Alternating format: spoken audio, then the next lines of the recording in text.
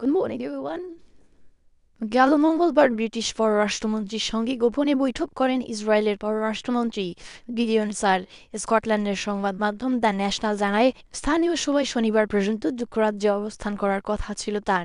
তবে Gideon sir যুক্তরাজ্য থেকে সফর সংক্ষিপ্ত করে পালিয়েছেন বলে জানিয়েছে global legal action network GLNN। মানবাধিকার বিষয়ক সংস্থাটির দাবি, তাদের গ্রেপ্তারি পরোয়ানা জারির আবেদনের প্রেক্ষিতে ওই দখলদার পালিয়ে দ্রুত ইসরায়েলে চলে যান। লন্ডন ভিত্তিক GLN ছাড়াও গ্রেপ্তারি পরোয়ানার জন্য আবেদন জানিয়েছিল হিন্দ রজব ফাউন্ডেশন। ইসরায়েলি মন্ত্রীর পালানোর ব্যাপারে বৃহস্পতিবার এক্সে একটি পোস্ট দেয় সংস্থাটি।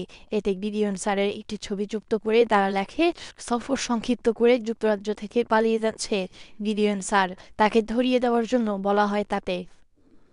গেল অক্টোবর থেকে ডিসেম্বর পর্যন্ত গাজার কামাল আদওয়ান হাসপাতালকে অবরুদ্ধ করার সঙ্গে জড়িত থাকার অভিযোগ রয়েছে ইসরায়েলি মন্ত্রীর বিরুদ্ধে।